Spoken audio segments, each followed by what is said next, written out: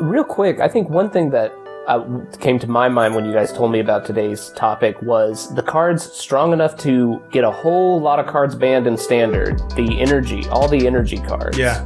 Why do you think it is that energy was strong enough to so mess up Standard they had to ban like 5 cards out of it, but it hasn't made a peep in Modern? Or Pioneer. Or Pioneer, even.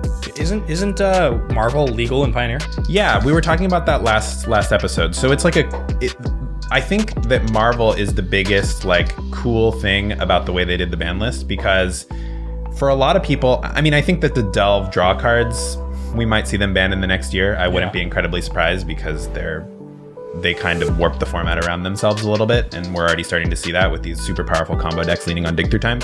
Like, Marvel strikes me as a card that like would have been on the ban list if they had started this out the way they started out Modern, where they're like, well, let's look at cards that were too powerful and extended, let's ban them all. So with Pioneer, they're like, let's look at cards that were too powerful and Standard, and let's ban them all.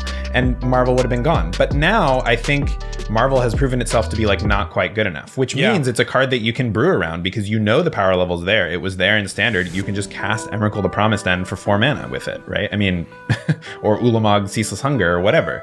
So it feels like a card that is now fair game to like start brewing, and it's not so powerful you have to worry about it getting banned, which I think is great. I think it's awesome that it's in the format and that you can do these like cool unfair things. Yeah. And Marshall and I were talking about this. People are playing Lost Legacy over Unmoored Ego in sideboards, and it doesn't hit Marvel. So, you know, obviously if Marvel was a big player, people would switch. But if you're like taking this to FNM as like a sweet, you know, spin the wheel, see if you get an Ulamog deck, people are going to be like, oh no, this Lost Legacy in my sideboard because I was net decking from the Pro Tour. Because I think part of it was that you can cast it off of Lotus Field. So some of the Lotus Breach decks were playing it in their Wish board over on Unmoored Ego, because you can just tap for black, cast it. And in general, it does the same thing as Unmoored Ego in the format. There's not many lands you want. There's not really any lands you want to hit except maybe Lotus Field. Yeah. And there's not really any artifacts you want to hit. But Marvel flies under the radar in that way.